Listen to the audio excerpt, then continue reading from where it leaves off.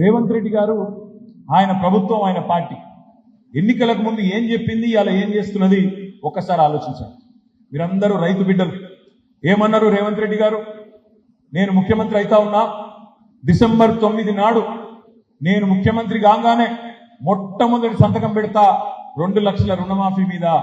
మీరు ఎవరెవరైతే లోన్ తెచ్చుకోలేదో ఇప్పటిదాకా అర్జెంటుగా బ్యాంకుకు వండి ఎంబడే వండి 2 లక్షల రుణం తెచ్చుకోండి, నేను సంతకం పెడతా, నా బాధ్యత రుణమాఫీ చేస్తా అన్నాడు. మరి డిసెంబర్ 9 పోయింది, జనవరి 9 పోయింది, ఫిబ్రవరి 9 పోయింది, మార్చి 9 పోయింది, ఏప్రిల్ 9 పోయింది, మే 9 కూడా పోయింది. తొందరలోనే జూన్ 9, 6 నెలలు కూడా నిండబోతా ఉంది.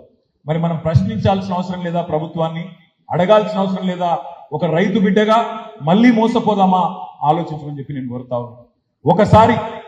ఒకసారి ఎవరైనా మనల్ని మోసం చేస్తే అది వాడి తప్పవుతుంది, మోసం చేసినోడు తప్పవుతుంది. కానీ రెండవసారి కూడా అదే వ్యక్తి చేతిలో మళ్ళా మనం మోసపోతే తప్పు మనదైతుంది. దయచేసి గుర్తుపెట్టుకోమని మా రైతు బిడ్డలైన మా అన్నదమ్ములందరూ నేను మనస్ఫూర్తి కోరుతా ఉన్నాను. ఎన్ని మాటలు చెప్పిండ్రు, ఒక రుణమాఫీ మాత్రమే కాదు. కేసీఆర్ గారు రైతు బంధు ఇస్తున్నాడు, నేను రైతు భరోసా ఇస్తా. కేసీఆర్ 10,000 ఇస్తే నేను 15,000 ఇస్తా అన్నాడు. మరి 15,000 పడ్డాయా లేదా నాకంటే బాగా మీకే తెలుసు. 15,000 కాదు కదా, కేసీఆర్ గారు ఇచ్చిన 10,000 కూడా దిక్కు లేదు. కేసీఆర్ గారి టైంలోనేమో రైతు నాట్లేసేటప్పుడు రైతు బంధు పడుతుండే, రైతు బంధు పడుతుండే. కానీ కాంగ్రెస్ ప్రభుత్వంలో రైతు ఓట్లేసినప్పుడు రైతు బంధులు వేసే ఒక ఆలోచన తీసుకొచ్చింది వాళ్ళు. నాట్లేసినప్పుడేమో దిక్కు లేదు, ఓట్లేసినప్పుడు మాత్రం రైతు బంధు చేసే ప్రయత్నం చేసి రైతులను ఆగం చేసే ప్రయత్నం చేస్తూ ఉన్నారు. అదేవిధంగా వ్యవసాయ రైతు కూలీలకు నెలకు 1,000 రూపాయలు ఇస్తా అన్నాడు. కౌలు రైతులకు రైతు భరోసా అన్నాడు. కేసీఆర్ ఓన్లీ భూస్వాములకు ఇస్తుండు, నేను కౌలు రైతులకు కూడా ఇస్తా అన్నాడు, రైతు కూలీలకు కూడా ఇస్తా అన్నాడు. ఒక్కటంటే ఒక్క హామీ నెరవేరిందా? ఆలోచించండి. మా మహిళా సోదరి మనలకు చెప్పినారు, నెలకు 2,500 ఇస్తామన్నారు 18 ఏళ్లు నిండిన ఆడబిడ్డలందరికీ. మరి 1,67,00,000 మంది ఉన్నారు. 18 ఏళ్లు నిండిన ఆడబిడ్డలు తెలంగాణలో 1,67,00,000 మంది ఉన్నారు. వాళ్ళ తరపున రేపు మాట్లాడాలన్నా, ప్రశ్నించాలన్నా, గలమెత్తాలన్నా దమ్మున్నవాడు ఉండాలి, ప్రశ్నించేవాడు ఉండాలి తప్ప ప్రశంసించేవాళ్ళు కాదు.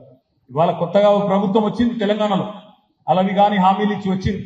మరి వాళ్ళకి కావాల్సింది శాసన మండలిలో ఇంతకుముందే నేను విజ్ఞప్తి చేసినట్టు శాసనసభ శాసన మండలి రెండు ఎందుకుంటాయంటే, శాసనసభ ఏమైనా ఏకపక్షంగా పోయినా శాసన మండలిలో ప్రశ్నించే గొంతుండాలన్న ఉద్దేశంతోనే శాసన మండలిని పెట్టుకున్నాం. ఇవాళ కావాల్సింది అధికార స్వరాలు కాదు, ఇవాళ కావాల్సింది ధిక్కార స్వరాలు, ప్రశ్నించే గలం, గట్టిగా కొట్లాడే గలం, అవసరమైతే గల్లా పెట్టి అడిగే, గల్లా పట్టుకుని అడిగే దమ్మున నాయకుడు కావాలి. ఇవాళ ఒక విద్యావంతుడు తమ్ముడు రాకేష్ రెడ్డి రూపంలో మనకు అవకాశం ఉంది.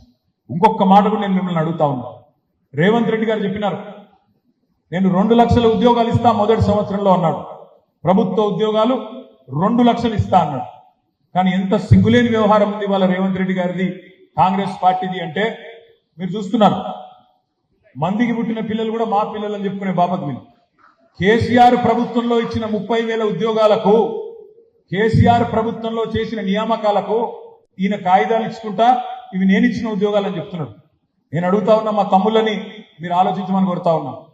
ఉద్యోగ నియామకాలు చేయాలంటే నోటిఫికేషన్ ఇవ్వాలి, పరీక్ష పెట్టాలి, ఇంటర్వ్యూ ఉంటే ఇంటర్వ్యూ చేయాలి, ఆ తర్వాత ఉద్యోగ నియామకం ఇస్తే అది నువ్వు ఇచ్చిన ఉద్యోగం అవుతుంది. మరి రేవంత్ రెడ్డి గారు నీ ప్రభుత్వం వచ్చినాక ఎన్ని నోటిఫికేషన్లు ఇచ్చినావు? ఇప్పటికీ ఎన్ని వేల ఉద్యోగాలకు నోటిఫికేషన్లు ఇచ్చినావు? ఇచ్చిండా ఒక్కటన్నా? ఒక్కటి ఇచ్చింది, అది కూడా గ్రూప్ 1. మనము 560 అంటే ఇంకొక 60 కలిపి ఇచ్చినట్టున్నాడు, గది ఒక్కటే ఇచ్చింది ఇప్పటి వరకు. జాబ్ క్యాలెండర్ అన్నాడు, క్యాలెండర్ గతి లేదు, గతి లేదు. 6 నెలలు కావస్తున్నది. ఈ నెల 9 వస్తే, జూన్ నెల 9 వస్తే 6 నెలలు నిండుతుంది. ఇప్పటిదాకా అతి గతి లేదు. 2 లక్షల ఉద్యోగాలను ఇస్తా మొదటి సంవత్సరం అన్నాడు. మరి ఇప్పటిదాకా కాలయాపన చేసిండు. ఎలక్షన్ కోడ్ వస్తుందని తెలుసు ఆయన, తెలిసి కూడా కాలయాపన చేసుకుంటూ టైం పాస్ చేసుకుంటూ నెట్టుకొస్తా ఉన్నాడు. కేసీఆర్ ప్రభుత్వం ఇచ్చిన 30,000 ఉద్యోగాలను నేనిచ్చినా అని చెప్పి పచ్చి అబద్ధాలను విద్యావంతులకు కూడా చెప్పి నమ్మించే ప్రయత్నం చేస్తా ఉన్నాడు. అందుకే ఆలోచించండి. ఇంకొక మాట కూడా నేను అడుగుతా ఉన్నా. ఆనాడు బీఆర్ఎస్ ప్రభుత్వం ఉన్నప్పుడు మనం ఒక 5,000 ఉద్యోగాలతో డిఎస్సి ప్రకటన ఇస్తే ఇదే రేవంత్ రెడ్డి గారు అన్నారు, 5,000 ఉద్యోగాలంటే ఇది డిఎస్సి కాదు, ఇది పూర్తిగానే కాదు. 21,000 ఖాళీలు ఉన్నాయి. వెంటనే 21,000 ఖాళీలకు నోటిఫికేషన్ ఇవ్వాలని చెప్పి రేవంత్ రెడ్డి గారు మాట్లాడారు. కానీ మొన్న వార్త వచ్చింది, ఆయన ప్రభుత్వం నిర్ణయం తీసుకున్నది మనం ఇచ్చిన 5,000 ఉద్యోగాలకు మరొక 5,000 ఉద్యోగాలు కలిపి 10,000 ఉద్యోగాలకు నోటిఫికేషన్ ఇవ్వాలని ఆలోచన చేస్తున్నది అని చెప్పి వార్త వచ్చింది. ఈయననే కదా చెప్పింది, మొట్టమొదటి కేబినెట్ లోనే మెగా డిఎస్సి అనౌన్స్ చేస్తా మొదటి కేబినెట్ లో అన్నాడు. మరి ఇప్పటికి ఎన్ని కేబినెట్లు అయినాయి? మరి అడిగేటోడు ఉండొద్దా? క్వశ్చన్ చేసేటోడు ఉండొద్దా? ప్రశ్నించేటోడు, రేపు నిలదీసేటోడు, మా గొంతు పెరిగేటట్టు, మాకు శక్తి సమకూరేటట్టు మాకు ఒక మంచి నాయకుడు తోడు మీరు అందజేస్తే తప్పకుండా శాసన మండలిలో కూడా ప్రశ్నించే అవకాశం ఉంటుంది. ప్రశ్నలు సంధించడమే కాదు, సమస్యలు పరిష్కారం చేసేటోడు కూడా కావాలి. ఇదే రేవంత్ రెడ్డి ప్రభుత్వం చెప్పింది, మేము విద్యార్థుల దగ్గర ఫీజులు వసూలు చేయకుండా రేపటి రోజున పోటీ పరీక్షలు పెడతామని చెప్పింది. టెట్ పరీక్షకు మనం ఉన్నప్పుడు 400 రూపాయలు ఫీజు ఉండే. ఇదే రేవంత్ రెడ్డి గారి పార్టీ మేనిఫెస్టోలో చెప్పింది, ఫ్రీగా పెడతాం, ఫ్రీగానే అన్ని పోటీ పరీక్షలు నిర్వహిస్తామని చెప్పినారు. కానీ ఇలా ఏం చేస్తున్నారు? 400 రూపాయలు ఉన్న పరీక్ష ఫీజును ఇవాళ 2,000 రూపాయలు చేసింది రేవంత్ రెడ్డి ప్రభుత్వం. అంటే మాటలు ఒక లెక్క, చేతలు మరో లెక్క.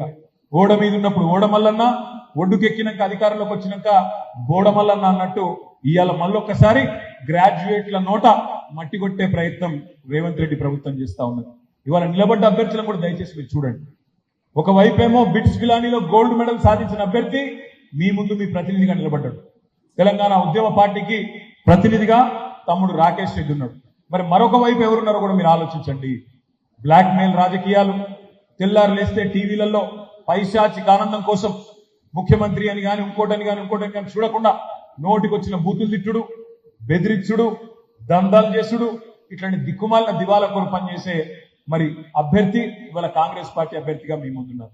దయచేసి నేను మిమ్మల్ని ప్రార్థించేది ఒకటే, మంచి వ్యక్తులను శాసన మండలికి పంపే సాంప్రదాయం గతం నుంచి కూడా ఉన్నది. గతంలో ఇదే నియోజకవర్గం నుంచి మీరు పల్లా రాజేశ్వర రెడ్డి లాంటి నాయకుడిని, ఉన్నత విద్యావంతుడిని, ఒక పిహెచ్డి చేసిన ఆయన పంపినారు. అంతకంటే ముందు దిలీప్ కుమార్ గారిని పంపినారు, ఆయన కూడా ఉన్నత విద్యావంతుడు.